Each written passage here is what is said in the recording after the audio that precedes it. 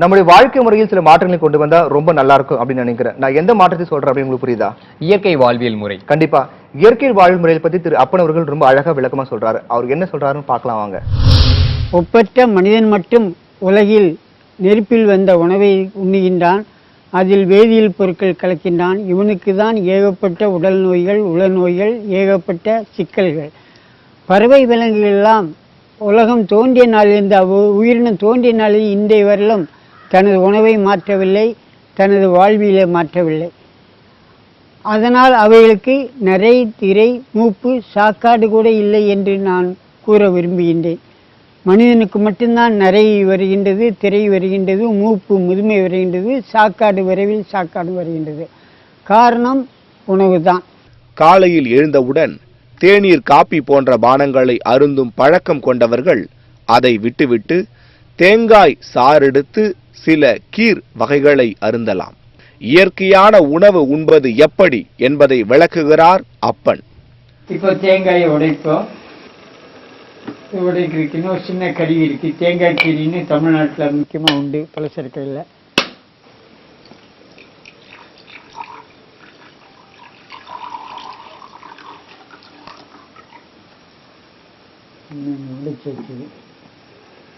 இப்போ தேங்காய் தண்ணியை நான் குடிக்கிறேன். இது உயர்ந்த தண்ணீர், சுத்தமான தூய்மையான தண்ணீர், இனிப்பு கலந்த தண்ணீர். இதுக்கு மிஞ்சின தண்ணி உலகத்தில் கிடையாது.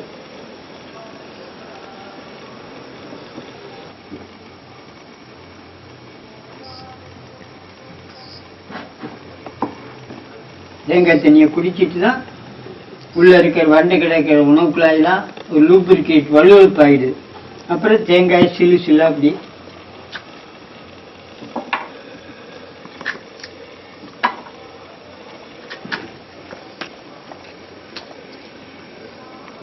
இது விளைஞ்ச தேங்காய், தெங்கம்பழம் தானா விழுந்த தேங்காய்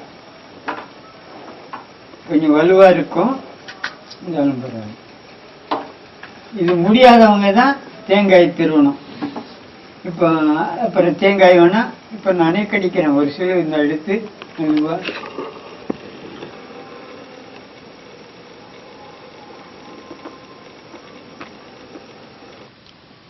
தேங்காய் வயிற்றுக்கு சாப்பிட்டுட்டு அப்புறம் பழத்துக்கு வரணும். இப்போ நான் ஒரு பண்ணிட்டேன், வயிற்றுக்கு சாப்பிட்டேன். அப்புறம் வாழைப்பழம், நாட்டுப்பழம் ரொம்ப நல்லது.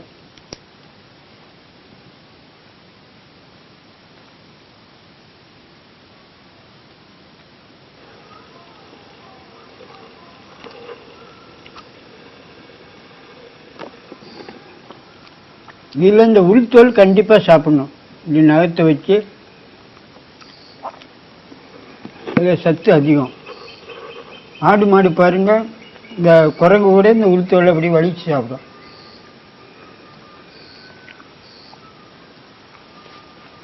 இங்கே நாங்கள் எங்கள் மையத்தில் எல்லா நோய்க்குமே தேங்காய் பழம் கொடுத்து சர்க்கரை வியாதி குணமாகுது, கேன்சர் குணமாகுது, எல்லா வியாதியும் குணமாகுது. அப்புறம் பேரிச்சம்பழம் இப்படி ஒவ்வொரு பழமாக சாப்பிட்டு முடிச்சதுக்கப்புறம் தண்ணி தேவைன்னா 1/4 டம்ளர் பச்சை தண்ணி குடிக்கலாம். ரொம்ப தண்ணி குடிக்கூடாது சாப்பிட்டு முடிஞ்சின. காலையில் ஒரு சிலவான பழவைகள், மதியம் வேறு சிலவான பழவைகள், தேங்காய் மட்டும் வச்சுக்கிட்டு இரவு வேறு விதமான பழவைகள். ஒரே மாதிரி பழம் இருந்தால் போர் அடிக்கும். அதனால் 2-3 பழவைகள் காலை உணவு தேங்காயோட. வாழைப்பழம் எல்லாத்துலேயுமே இருக்கட்டும். நமது உணவாகிய தேங்காய் பழங்களை எல்லா நோய்க்கும் அதுதான், நமது உணவும் அதுதான். தேங்காய் பழங்களை ஒரு வேளை 2 வேளை முழுக்க மாறினாலே எல்லா நோயுமே அறுவை சிகிச்சை வேண்டியதிலே, மருந்து மாத்திரை தேவையில்லாமல் ஒட்டுமொத்தமாக ஒருத்தருக்கு ஒரே நேரத்தில் 50 வகையான நோய் இருந்தாலும் எல்லா நோயும் ஒட்டுமொத்தமாக உடம்பை சரி பண்ணுகின்றது. தொந்தி தானாக போகின்றது, உடற்பருமன் தானாக போகின்றது. உடற்பருமனுக்காக உண்ணா நோன்பு கூட இருக்க வேண்டாம். நமது உணவை தேங்காய் பழங்கள் சாப்பிட்டால் அந்த உணவிற்கு எந்த எடை இருக்கிறதோ அந்த எடை தானாக வருகின்றது. இப்பொழுது சமைச்ச உணவு சாப்பிட்டதுனால தான், அதுவும் பிராய்லர் கோழி சாப்பிட்டதுனால தான் 100 கிலோ 120 கிலோ மனிதரெல்லாம் இன்றைய உலகில் நடமாடுகின்றார்கள். அவர்களெல்லாம் உடல் எடை குறைக்க பயிற்சி கூட தேவையில்லை. எந்த உடற்பயிற்சி செய்யலாம், அது கூட தேவையில்லை. உணவை மாற்றுவதுதான் பெரிய விஷயம். உணவை மாற்றினால் எல்லாமே உடற்பருமன் தானாக சராசரி 40-45 கிலோ. எனது உடல் எடை 78 வயது ஆரம்பிக்கிறது. 40-45 கிலோ தான். இன்னும் அதிகமாக போனால் 35 கிலோ, அது கீழே இறங்காது. 45 தாண்டாது. ஆக எந்த ஒரு சிக்கலுக்கும் நாம் எந்த ஒரு மருத்துவரையும் இனிமேல் இன்று ஒரு தகவல் கேட்கின்ற சத்தியம் தொலைக்காட்சி நேயர்கள், இது சின்ன விஷயம். உணவை மாற்றுறது, உணவை தான் மாற்ற சொல்கிறோம். தேங்காய் பழங்கள் சுவையா இல்லையா? சமைச்ச உணவு தான் சுவையா? உப்பு கூட்டிட்டா சுவையில்லை, உரப்பு கூட்டிட்டா சுவையில்லை. தேங்காய் பழத்துக்கு அவிக்க வேண்டிய அவசியம் இல்லை. உப்பு புளி காரம் எண்ணெய் எதுவுமே அவசியம் இல்லை. ஒருவரை சமைத்து தருவதற்காக நாட வேண்டிய அவசியம் இல்லை. சமைப்பதற்காக பாத்திரங்கள் தேவையில்லை, பொருளாதாரம் தேவையில்லை. தேங்காய் பழத்துக்கு மட்டும்தான் பொருள், வேற எந்த செலவுமே கிடையாது. 80 வயதிலும் 60க்கும் மேற்பட்ட யோகா செய்கிறார் அப்பன். இவரால் கடலில் கூட மிதக்க முடிகிறது. இவற்றையெல்லாம் மீறி நாம் நீண்ட காலம் ஆரோக்கியத்துடன் வாழ வேண்டுமெனில் என்ன செய்ய வேண்டும்? இயற்கையோடு இணைந்த வாழ்வு வாழ வேண்டும். குலசேகர மண்டலத்தில் இதுக்குன்னே 3 ஏக்கர் கடற்கரை பக்கம் நிலம் வாங்கி அதில் சோலை உருவாக்கி அதில் ஒரே கட்டடம் கட்டி வர்றவங்களை இங்கே தங்க வச்சோ அல்லது ஆலோசனை சொல்லியோ குணப்படுத்திட்டு இருக்கேன். கேன்சர், என்னென்ன நோய் உலகத்தில் என்னென்ன நோய் இருக்கோ அவ்வளோ நோய்க்கும் ஒட்டுமொத்தமாக ஒரே நேரமாக குணமாகுது. அப்புறம் உத்தரவாதம் கொடுக்குறேன். ஆயுளுக்கு உத்தரவாதம் கிடையாது, எல்லா நோய்க்கும் உத்தரவாதம் கொடுக்கக்கூடிய ஒரே ஆத்மா நான் என்று பெருமையுடன் இயற்கை சார்பில் உலகத்துக்கு சொல்லி வருகின்றேன்.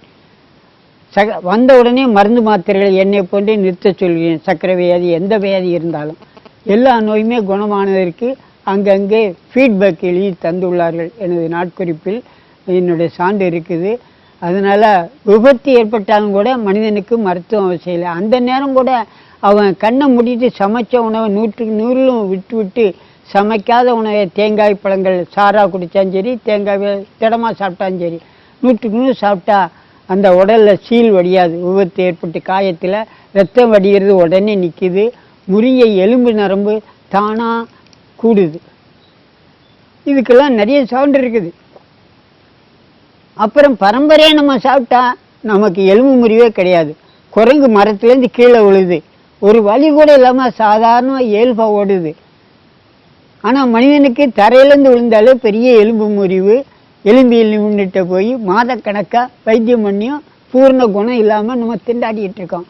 அதனால் மருத்துவத்தில் ஒன்றுமே கிடையாது.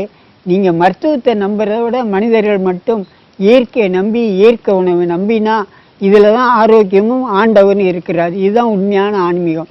பழமுது சோலையை போற்றி வளர்ப்பது தான் நமது இது. அந்த பழமரங்களே தெய்வமாக நாம் போற்றி வணங்கினால் பராமரித்தால் மிக உதவியாக இருக்கும் என்று கூறிக்கொள்கின்றேன்.